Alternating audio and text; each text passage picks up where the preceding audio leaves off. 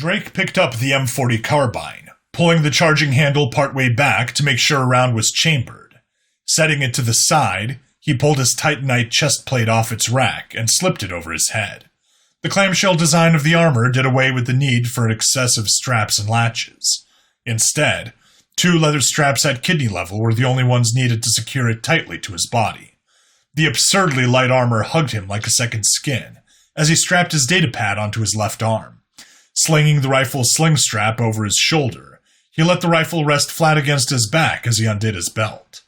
Lovingly, Drake picked up his sword and scabbard. He slowly drew the silvery, black-veined blade from its scabbard to admire it. Then and there, he vowed to make this sword his symbol. He smiled, twisting the blade to see his broken-up reflection. For a moment, Drake didn't recognize the man in his reflection. A youthful face with a long cut from eyebrow to chin across the nose that was scarring nicely. The dark, hazel eyes staring back at him were haunted by loss. But the man in the mirror's smile was unbroken, undaunted by the task ahead of them. "You'll need a name," Drake found himself saying as he slid the scabbard onto his belt so it rested at his left side. Drake gazed past his reflection, at the dark lines that ran through the sword's metal like the veins of a leaf. He stood there, silent, thinking of what might be a fitting name, but he didn't have to think as the sounds rose from his mouth. A name in a language long forgotten to time and tyranny. "I shall call you Alexandros." The sword seemed to shiver in his hand, as though accepting its name.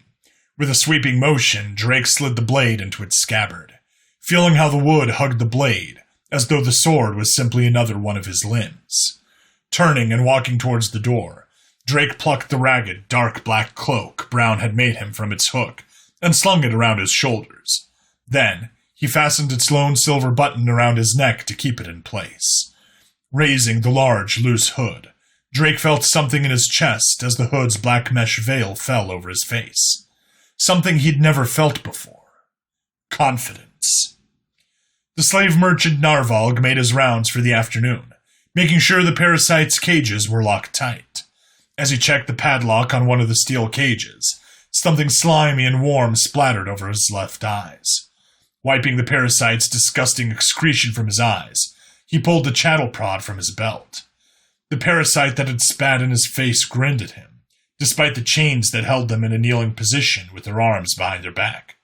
Narvalg sneered down at the parasite, before thumbing the chattel prod's button and jabbing it through the bars. The electrodes jabbed into the parasite's pec muscle, causing them to jerk around in pain. However, instead of the screams he was accustomed to, the parasite laughed like a madman until Narvalg pulled the prod away. The parasite's voice was weak, fading as they stared into Narvalg's 4 eyes and stated, "His chosen is coming. Though I enter his embrace on my knees, you will enter it begging for one more day, like the cowards you are." The parasite's head fell forward, and they stopped breathing. Narvalg scoffed and began making his way between the cages towards the front entrance. He'd have one of the guards dispose of the dead parasite. Mother forbid Narvalg have to soil his hands with their putrid flesh. Walking past a group of cages, he heard cackling, and sharply turned to identify its source. An ancient, white-haired parasite cackled at him from their cage, hands wrapped around the bars as they cackled their words. "Death is coming for you, slaver, and his disciples will show no mercy."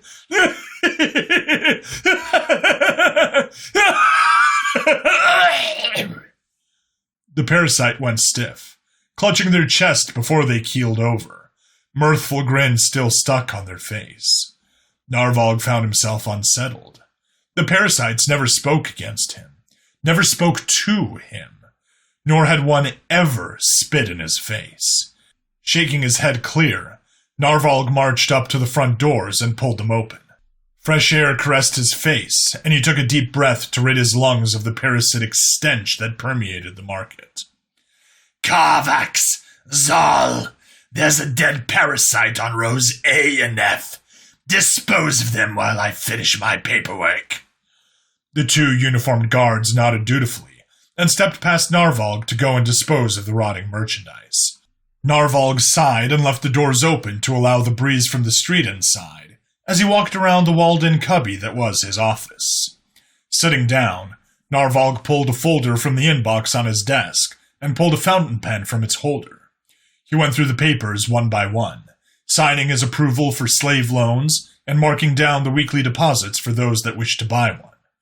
There was a knock on the glass partition that faced the doors. Without looking up, Narvolg stated, "If you're here to buy a parasite, you'll have to wait. I'm behind on my paperwork. Thank you in advance for your patience." The customer on the other side of the glass remained silent, as Narvolg finished signing off a loan request. As Narvolg placed the paper in the outbox, the customer knocked again, making the slave merchant look up in exasperation. Narvolg's blood ran cold as he stared into the faceless void inside the figure's hood, a black, raggedy cloak obscuring their torso. Something moved under the cloak, and Narvolg fearfully found his voice while reaching beneath his desk. Who might you be? I don't think I've ever seen you before. Kind of short for a Geknosion, huh? The figure remained silent and still, like a specter from beyond the veil. Narvolg's hand curled around the blaster pistol he kept for unruly merchandise. It doesn't matter, of course. Yeah, but you'll need an application if you wish to buy. I have one right. Yeah! Desperately, Narvolg drew the blaster pistol, leveled it at the figure's chest, and pressed the trigger stud. There was a blinding flash as part of the figure's cloak burnt away, revealing nothing but dark metal. Narvolg threw the pistol at the glass, not even registering that it bounced off as he bolted from his chair and through the flimsy wooden door of his office. He sprinted into the market, a caustic laugh echoing out from behind him. Narvolg weaved between cages, making his way towards the incinerator room and his guards. Rounding a corner, Narvolg slammed into one of his guards, and they caught each other. Narvolg desperately pointed behind him, screaming with fear and distress that he couldn't quite place. "There's some thing chasing me! Kill it! Kill it now!" His guards looked at him strangely, but drew their blaster pistols and ran in the indicated direction. Breathing a sigh of relief, Narvolg collapsed against a cage with juvenile parasites and their mother. The sound of soft weeping, a comfort. He flinched as a deafening thunderclap sounded from somewhere in the building, followed by another before silence took its reign yet again. Narvolg sat still, frozen in fear. No, petrified by it as he desperately looked around for his cloaked assailant. The silence so deafening he could hear his pounding heart. Minutes passed, and Narvolg heard nothing. Slowly, he worked up the courage to get to his feet and go looking. A caustic laugh from right behind him made him freeze mid-step. "That took you long enough. Thought I'd have to make a noise for you to move. There's no fun in shooting a defenseless animal.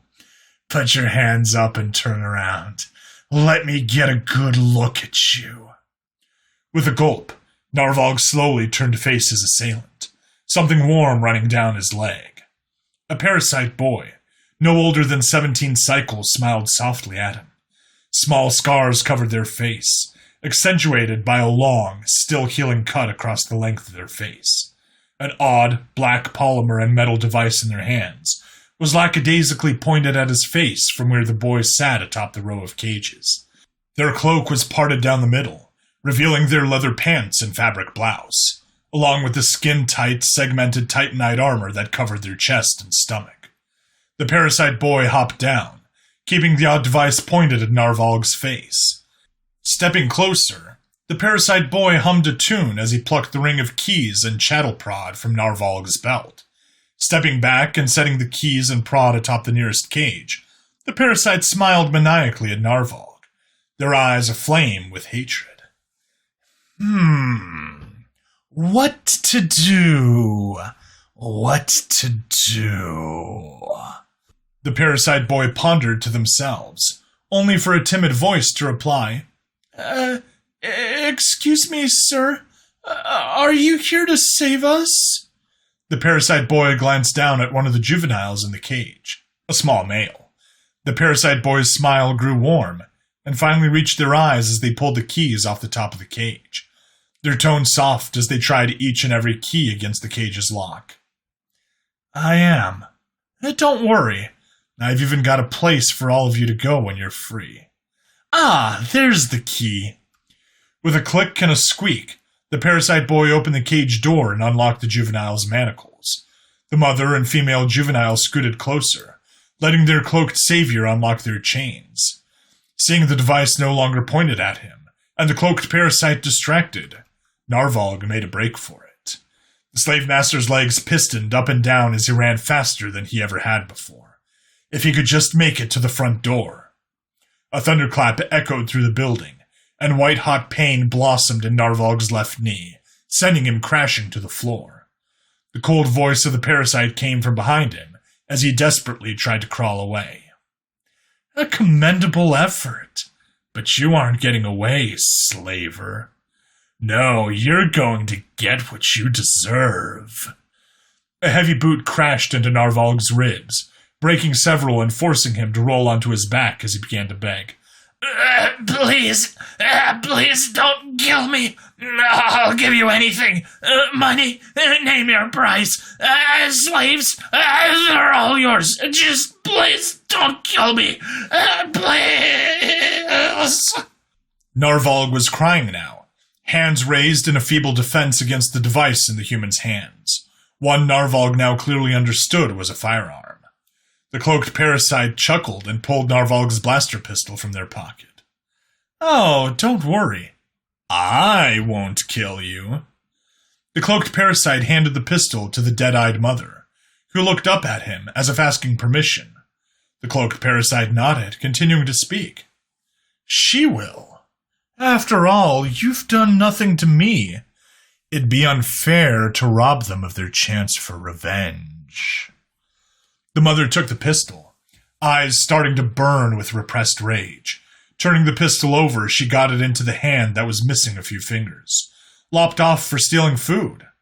The woman pointed the pistol's emitter at Narvolg's throat, the slave master pitifully whimpering.